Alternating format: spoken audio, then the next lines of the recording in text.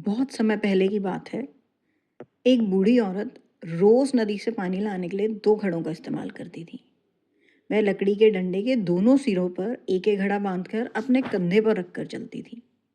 उनमें से एक घड़ा बिल्कुल सही था, हमेशा पानी घर तक पहुंचाता था। लेकिन दूसरे घड़े में एक दरार थी।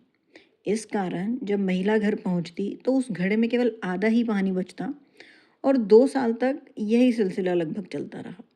सही घड़े को अपने ऊपर बहुत गर्व था कि वह पूरा पानी पहुंचाता है, और दूसरी ओर फूटा घड़ा अपनी कमी के कारण बहुत शर्मिंदा और उदास रहता। एक दिन हिम्मत जुटाकर उसने महिला से कहा, मैं अपनी इस दरार की वजह से बहुत दुखी हूँ। मेरी वजह से आपकी मेहनत बेकार जाती है और आप हर घर तक आधा ही पानी पहुंचा पाती हैं।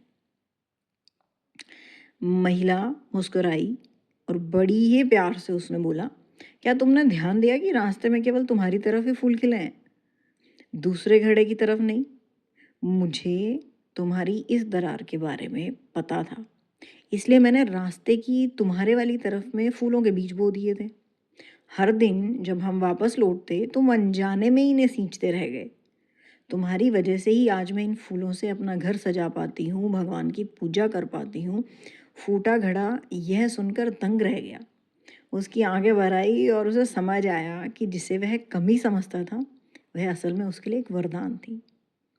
इसलिए हमें इस कहानी से ये शिक्षा मिलती है कि हम सबके अंदर कुछ ना कुछ कमियां, कुछ ना कुछ दिक्कत है, लेकिन यही कमियां हमें एक दूसरे से अलग और ख़ास बनाती हैं। अगर हम सही नज़रिए से अपने आप को देखें तो हम अपनी कमियों से भी दुनिया को सुंदर बना सकते हैं।